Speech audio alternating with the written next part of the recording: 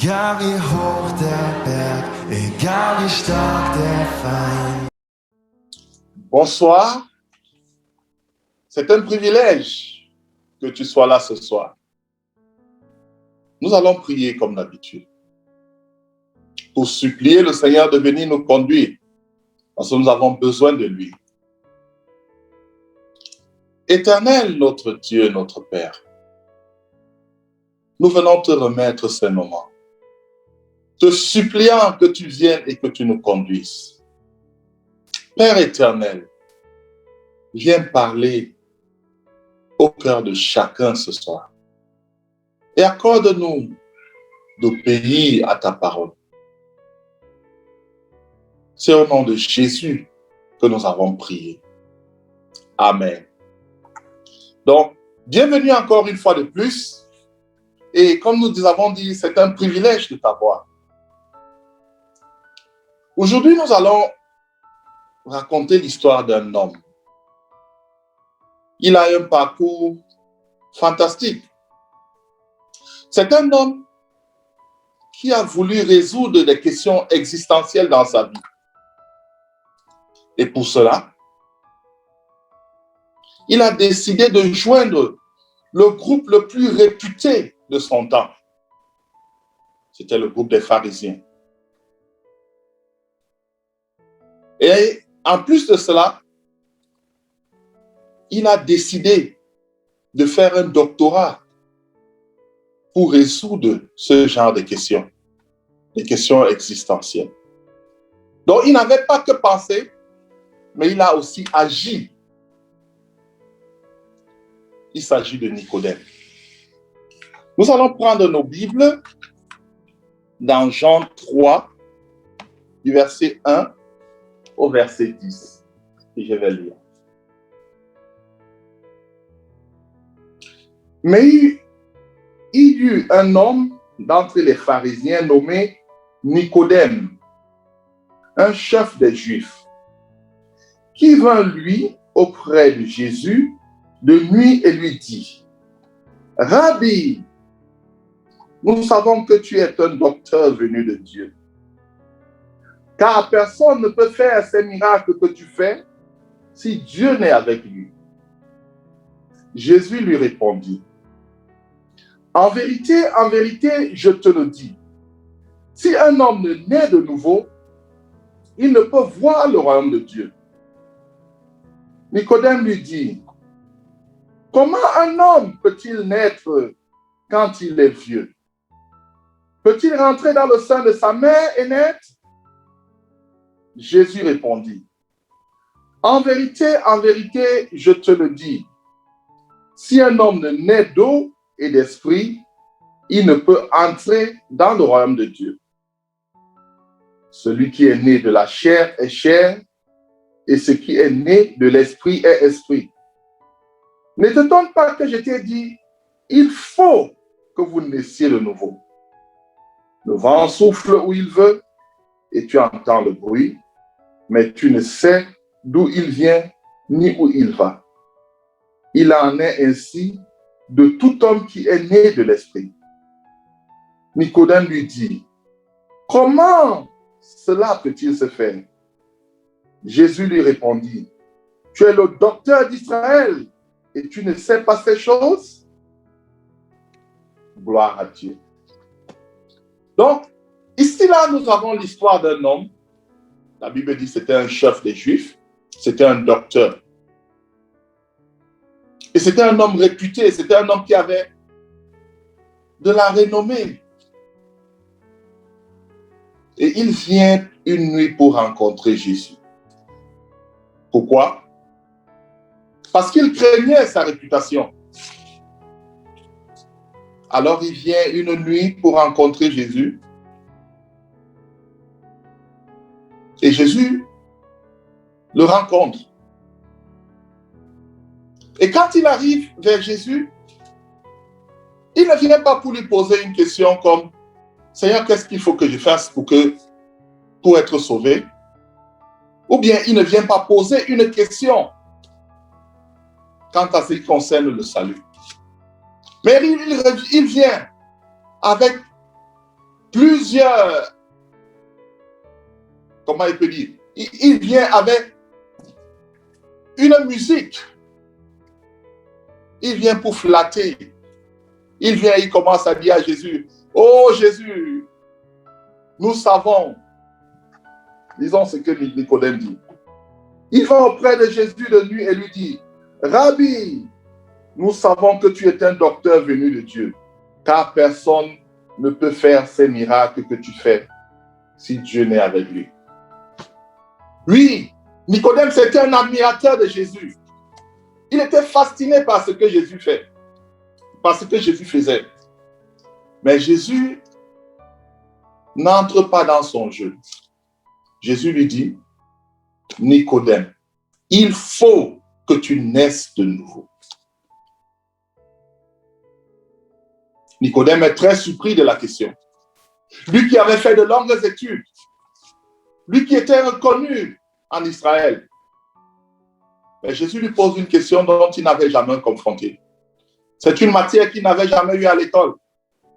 Naître de nouveau. Mais qu'est-ce que Jésus voulait dire? Qu'est-ce que Jésus voulait lui dire? Il faut qu'il naisse de nouveau. Nicodème était venu à Jésus. C'était un homme qui était réputé dans la société. C'était un homme qui jeûnait. C'était un homme qui donnait les dîmes. C'était un homme qui avait une bonne réputation dans la société. Mais Jésus lui dit, il faut que tu naisses de nouveau. Et il est très surpris. Mais qu'est-ce que ça veut dire? Qu'est-ce que ça veut dire naître de nouveau? Est-ce que je dois encore entrer dans le ventre de ma mère? Aujourd'hui, la question t'est encore posée. Et la question est la tienne ce soir. Es-tu né de nouveau? Nicodème avait fait beaucoup de bonnes choses.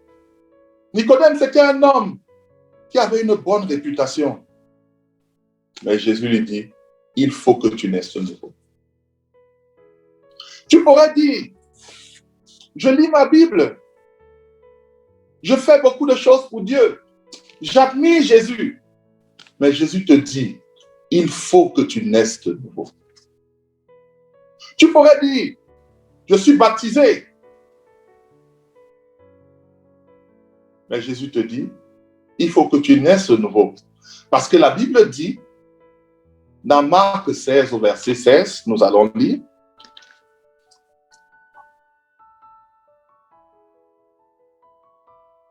celui qui croira et qui sera baptisé sera sauvé, mais celui qui ne croira pas sera condamné. Il y avait croire, il fallait qu'il croie et qu'il soit baptisé.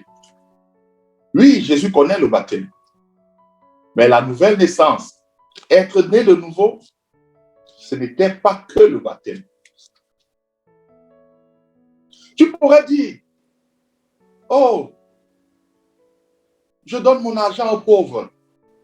Oui, en Israël, un pharisien était réputé pour les aumônes. Mais Jésus lui dit, il faut que tu naisses de nouveau. Nicodème voulait garder sa réputation. Nicodème voulait protéger sa personne. Et pour cela, il est allé dans la nuit pour rencontrer Jésus. Il ne voulait pas qu'on voie qu'il s'intéresse à Jésus. Regarde ta vie. Peut-être tu vas dire, je suis devenu chrétien, mais tu as honte de Jésus. Peut-être tu vas dire, oh, j'ai fait la prière de repentance. Mais Jésus te dit, il faut que tu naisses de nouveau. Pourquoi? Quand tu as honte de Jésus, quand il faut que tu caches ton témoignage, je voudrais te dire, tu dois naître de nouveau. C'est ce que Jésus dit à Nicodème. Jésus ne pouvait pas accepter cette fausseté. Jésus lui dit, il faut que tu naisses de nouveau.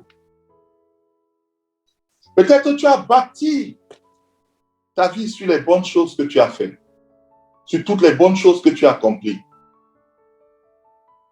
Mais Jésus te dit, ça ne suffit pas. Il faut que tu naisses de nouveau. Nicodème était un homme très religieux. Il faisait beaucoup de bonnes choses.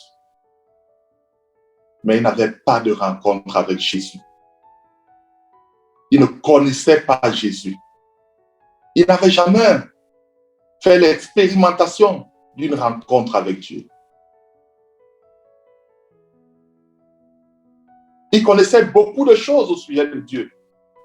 Il aimait les miracles. Il aimait beaucoup de choses concernant Dieu. Et ça peut être ton cas. Il allait à l'église. Il allait à la synagogue.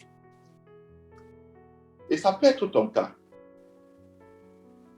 Tu aimes les miracles. Tu aimes les choses de Dieu. Tu aimes beaucoup de choses. Et tu vas me dire même que tu ne hais personne. Oui, la Bible ne dit pas que Nicodème haïssait quelqu'un. Mais il y avait quelque chose que Nicodème devait faire. Nicodème devait rencontrer Jésus.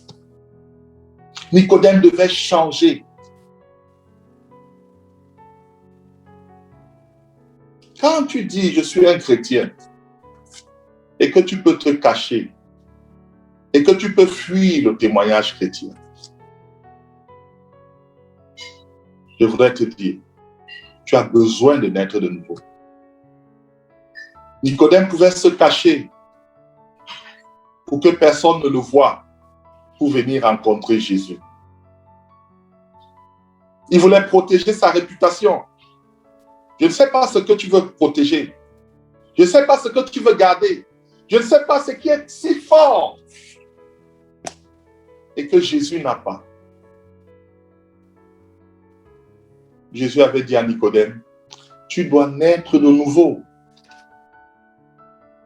Tu dois naître de nouveau.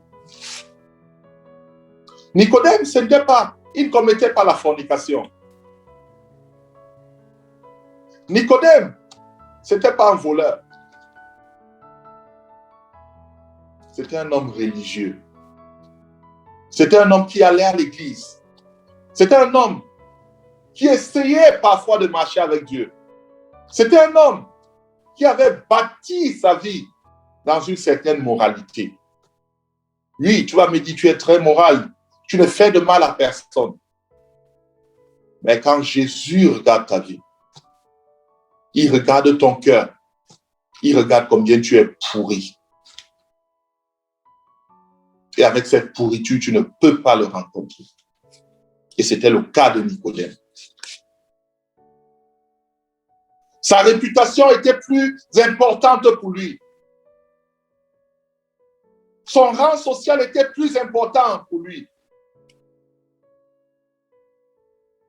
Pour toi, ça pourrait être ta famille, ça pourrait être ton emploi, ça pourrait être tes amis qui sont plus importants pour toi.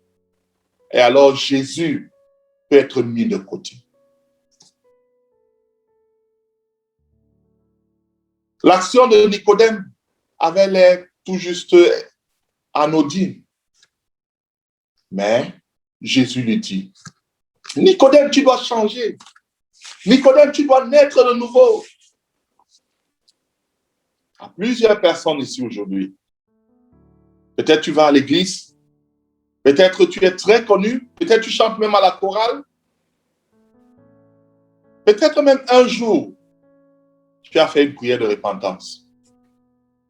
Mais tu sais, tu n'as pas de relation avec Jésus.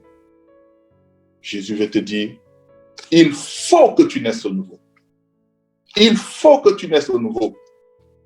Ne continue pas cette vie, il faut que tu naisses de nouveau. Ça, c'était ce que Jésus a dit à Nicodème.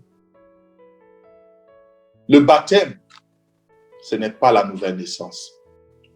La confirmation, ce n'est pas la nouvelle naissance. Aller à l'église, ce n'est pas la nouvelle naissance. Lire de temps en temps la Bible, ce n'est pas la nouvelle naissance. Il faut que tu sois une personne nouvelle. Tu dois être recréé. en Christ. Il faut que tu naisses de nouveau. Jésus disait à Nicodème qu'il devait stopper cette vie. Tu as honte de Jésus. Peut-être toi, tu ne viens pas la nuit pour rencontrer Jésus. Mais quand il y a une situation où il faut manifester que tu es chrétien, où il faut dire que tu es chrétien, oh, regarde ton comportement. Regarde comment tu fuis. Avec les chrétiens, tu es chrétien. Avec les non-croyants, tu es un non-croyant. Jésus veut te dire aujourd'hui, il faut que tu naisses de nouveau. Il faut que tu naisses de nouveau. Nous allons lire un passage dans la Bible pour voir effectivement qu'est-ce que ça veut dire naître de nouveau. C'est dans 1 Jean 5 au verset 1. Nous allons lire.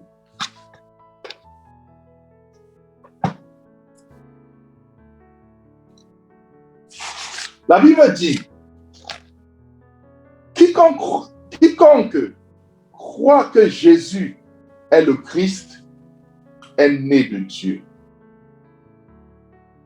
Et quiconque aime celui qui l'a engendré aime aussi celui qui est né de lui. Nous reprenons. Quiconque croit que Jésus est le Christ est né de Dieu. Et quiconque aime celui qui l'a engendré aime aussi celui qui est né de lui.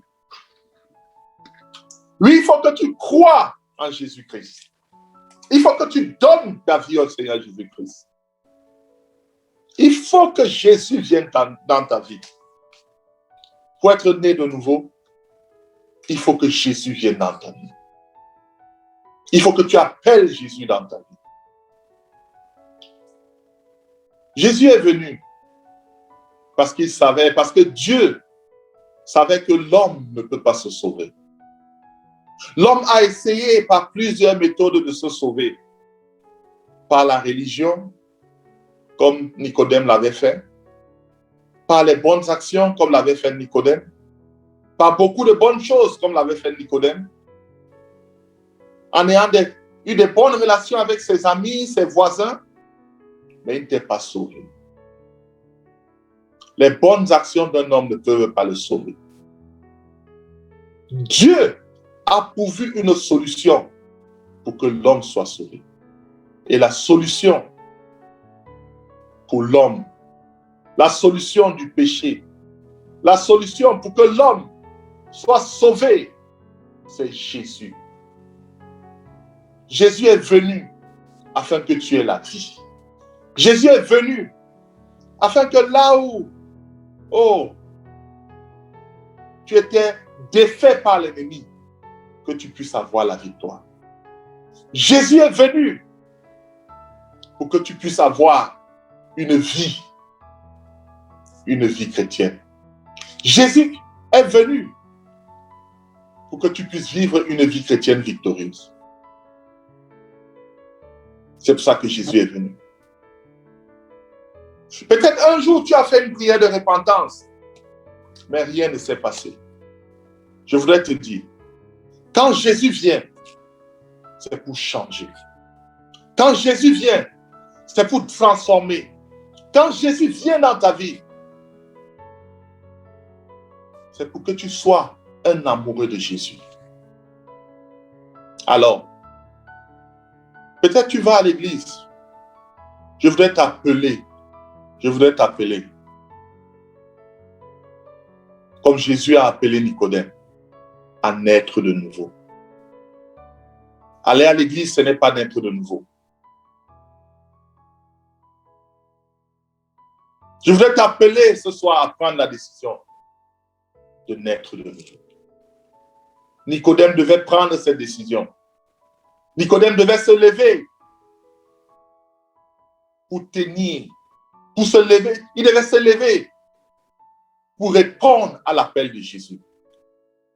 Est-ce que tu vas répondre à l'appel de Jésus? Est-ce que tu vas répondre à l'amour de Jésus?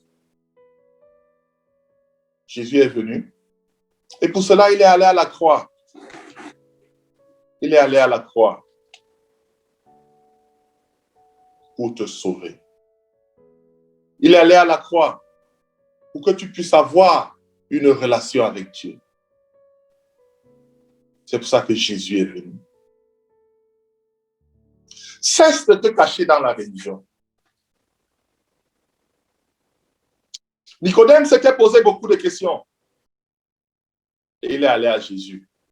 Et quand il est arrivé devant Jésus, au lieu de lui poser les questions qu'il devait poser, il a commencé à parler comment il admirait Jésus, comment il a quitté sa maison, marché, arrivé au lieu de la rencontre. Au lieu de dire son problème, il n'a pas pu exprimer son problème. Il a toujours commencé à parler de l'admiration, commencé à raconter des histoires. Oui, c'est vrai ce que tu dis de Jésus. C'est une bonne chose d'admirer Jésus.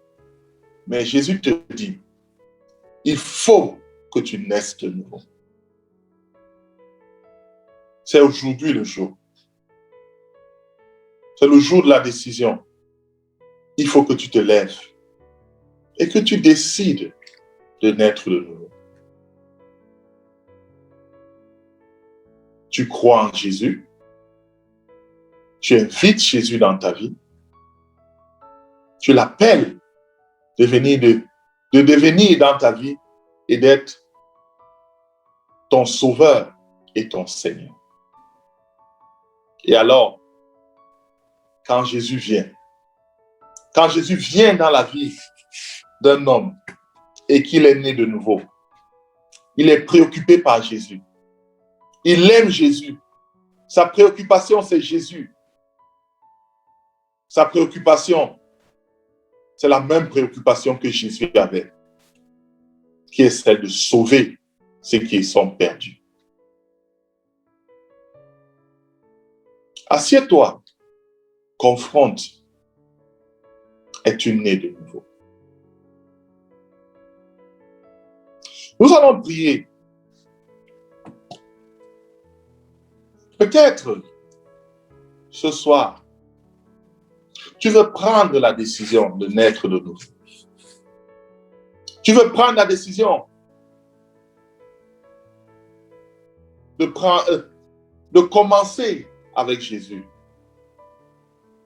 Tu veux prendre un nouveau départ avec Jésus. Je voudrais que tu pries avec moi.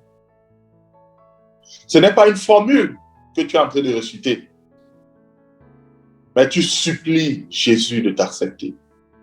Tu supplies au travers de cette prière d'entrer en relation avec Jésus. Nous allons prier. Éternel Dieu notre Père, merci pour ta parole. Tu pries avec moi. Éternel notre Dieu, merci pour ta parole.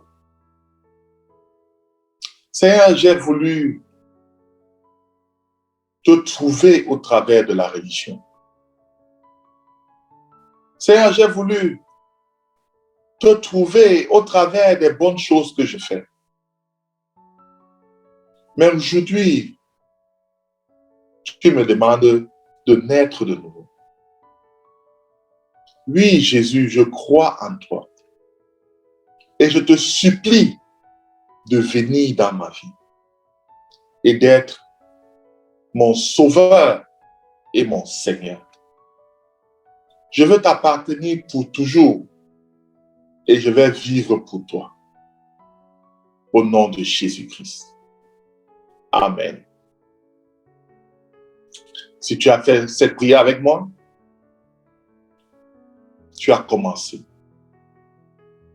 Tu as commencé une relation avec Jésus. Parle à Jésus comme un ami. Lis ta Bible. Mercredi prochain, nous allons continuer. Mais avant de nous séparer, nous allons prier pour remettre le reste de la semaine entre les mains du Seigneur. Éternel, notre Dieu, notre Père,